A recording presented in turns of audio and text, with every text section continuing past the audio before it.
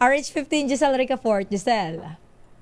Sister Erna, kaya matapos nga yung malakihang taas presyo sa mga produktong petrolyo, mahigit pisong tapias presyo naman yung aasahan sa susunod na linggo ayon sa Energy Department.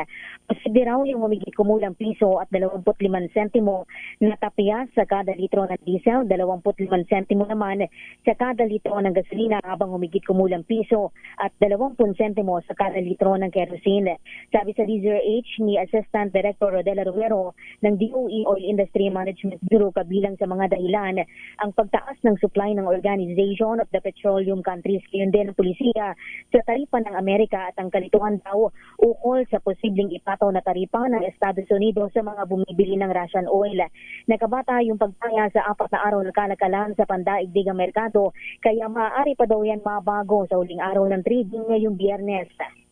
Ito si Giselle Ricafort para sa DZRH, una sa Pilipinas, una sa Pilipinas. Giselle, magkano last Tuesday ang itinaas ng gasolina?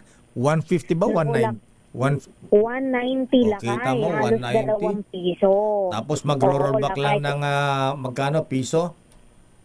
Ang rollback lakay sa gasolina ay 25 centavos lang lakay.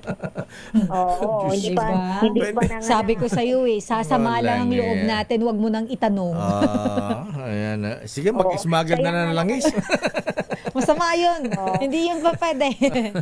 Ayan. Ay, nako. Kaya nga lakay, yung mga super ng jeepney lakay na mga nakakausap natin, nananawagan sila sa government na sana ay ituloy yung pangako nila noong una na fuel subsidy. Dahil tuloy-tuloy nga daw walang puknat yung pagtaas ng presyo ng mga produktong petrolyo. Alam mo, Miss Giselle, dapat magtrabaho yung taga-Department of Energy. Ayan.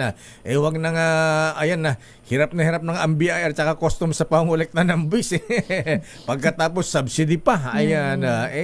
Siguro kausapin yung mga Lords of the Oil. Ayan. Ng Secretary ng Department of Energy. O kaya ang Pangulong Marcos na lang. Sabi mo, bossing. Ayan.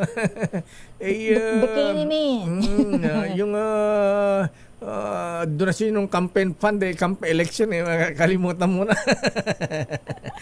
Bawi na. Ayan. Baka pwede naman. Baka naman bawi na yung lakay kasi naman, sa tindi ba naman ng maaray na lahat. Sige. Okay na nga. Imbes na ma-relax tayo ngayong Akala ko ba TGIF. chill-chill lang tayo. Kaya nga. Kaya... Ngayon ko lang nalaman lakay. Na ano? Nakaka-high blood pala. Ang alin? Presyo ng petrolyo. Ngayong gumaan ba yung Toyota Race mo? Magkano, ano ba yun? Diesel o gas? Walang ano yung lakay, wala yung tubig lang. Hindi ko na nga pinapaandar Unleaded. Unleaded ako lakay. Okay nga rin, Miss Giselle. Maraming salamat. Good morning. Good morning, lakay. Ito si Giselle Ricafort para sa DZRH, una sa Pilipinas, una sa Pilipino.